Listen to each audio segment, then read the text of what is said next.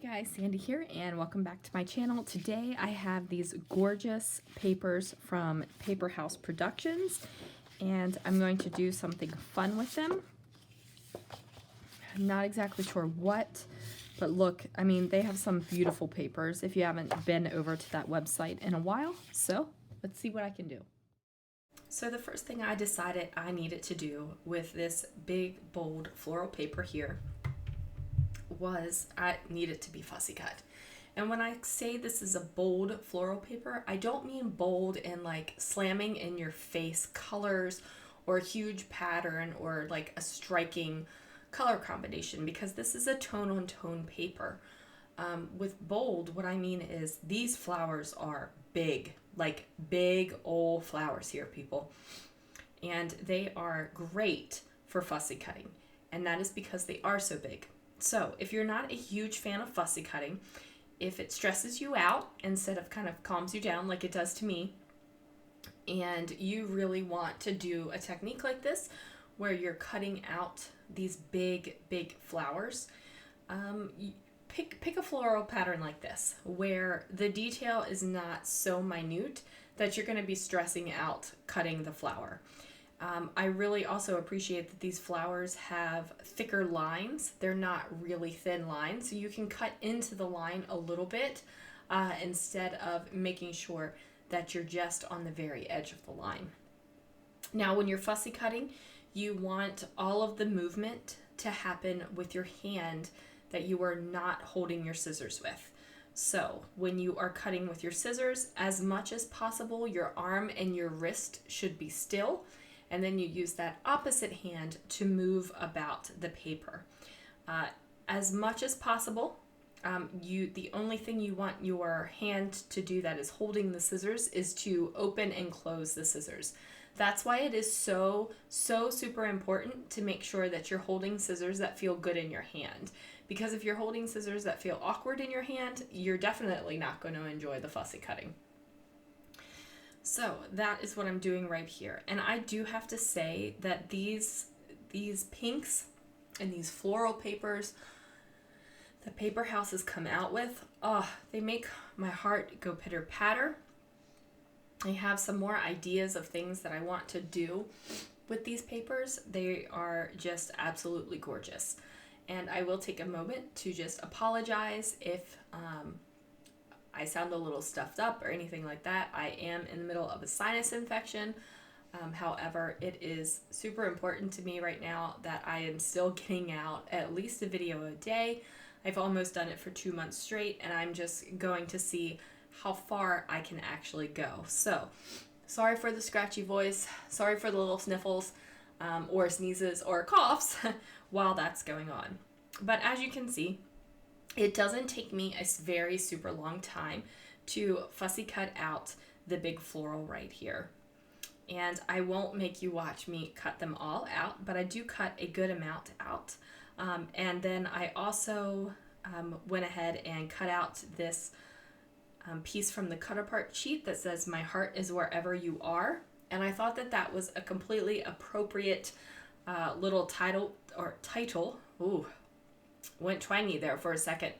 A little title piece for this layout that I'm creating of my husband and I. Now, I really like the way that these florals are on top of this ombre striped paper. They look like they are popped up off the page, like they have a lot of big like lift and dimension off the page, even though they are very flat. Now, I will take a few foam squares and pop some of the petals up just to give it a little bit more lift, like true lift instead of the implied lift that it has come out of.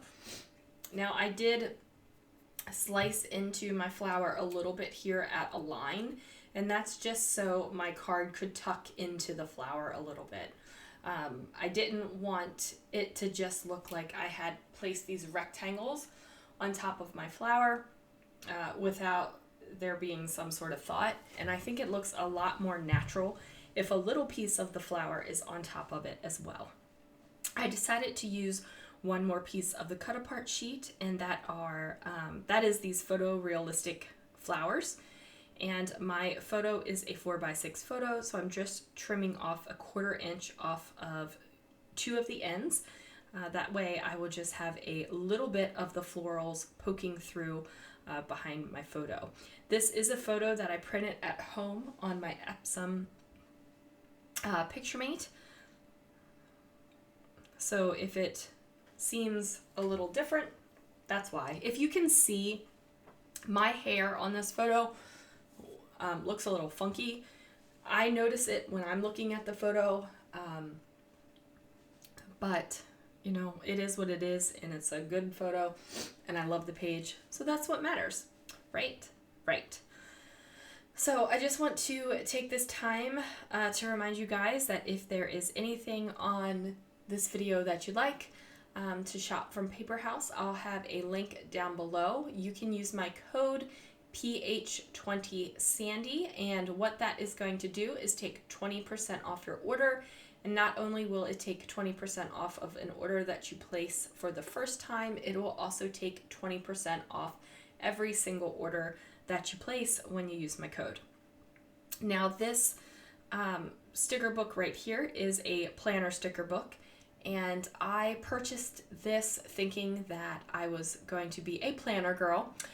Because I do use a Paper House and Mommy Lay collab planner to plan out my YouTube stuff, but honestly, I don't make it pretty. Like, I feel like it is almost a waste of stickers and product in this planner, because it's very messy, it's very sloppy, it's not like a memory keeping thing. Once this planner is finished, I'm not going to save it. It's getting trashed. So I just felt like putting the planner stickers into a planner like that just didn't feel right. So I use the planner stickers in my scrapbooking. And that's what I'm doing with this. So this is like a box that would go on a planner calendar. This washi tape is also from Paper House. It is kind of like a gold, almost like a gold mottled splatter.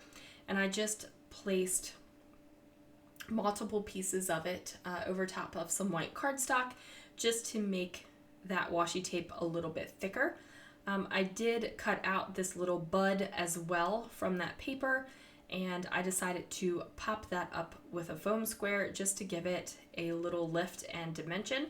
And this is where I grab my foam squares and just pop up some of the petals.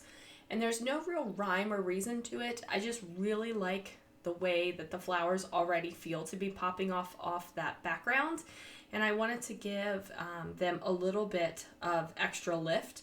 So not only was it an implied lift, but like you can truly see it popping off a little bit, because these flowers are too gorgeous to be flat. At least that's my opinion. This one I ended up taking off because it felt too forced. So we just got rid of that bad boy. And then I flip through the planner stickers again, looking for something with a similar color, either from the dark or the light pink tones. I went ahead and doubled up 2 little banners and placed them up there, just to give that little corner a little bit more fun and a little bit more interest. And now I'm flipping through, trying to figure out if there's anything else I'd like to add. I put these 2 banners together and thought that I would use them later on the page. However, that didn't happen, and honestly, I don't even know what happened to those 2 little banners. Maybe we'll find out while we're watching this video.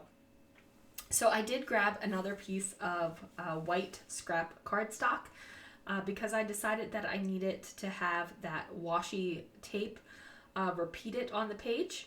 Because if you have it in one place, you might as well have it in 2. So I went ahead and used my ATG to just lay some adhesive down, and then I'm going to do the same thing that I did with the little piece of white cardstock up at the top. I'm just layering up this thin washi tape, and I don't want it curling, so that is why I am adding the ATG to hold it down. So as you guys know, eventually washi tapes lose their sticky, and that's sad because I can't go through washi tape that fast to make sure none of it loses its sticky. But the good thing is we have ATG, right, to make it sticky. So I just trimmed off the edges.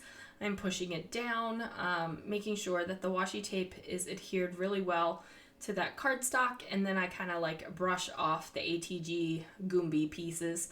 You know what I'm talking about. It gets that little like adhesive snotty balls is what I call them. So there is that.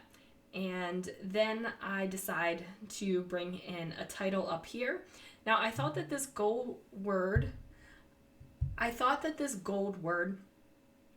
was going to be absolutely perfect because the gold just looked so good. Excuse me. However, ultimately, I felt like the two golds were very different, and I didn't like it. I did, however, like these little white enamel dots that I'm just sprinkling on the page. And then, see, I'm looking at it. I make the gold kind of glitter against each other, and they're really just two different golds. One's very shiny and bright and yellowy, and one's a little brassy, like a little brassy. So we go ahead and take that off. So I pull out these cursive, like kind of cursive-y thickers that I got, and I decide that I like that a whole lot more. There isn't competing gold, and that's going to do it for that layout, guys. Like, that's all you need. Something simple and easy because you have those big, bold, beautiful flowers. Thanks so much for watching. Be sure to visit Paper House and use my discount code, and I will see you guys again real soon for another video.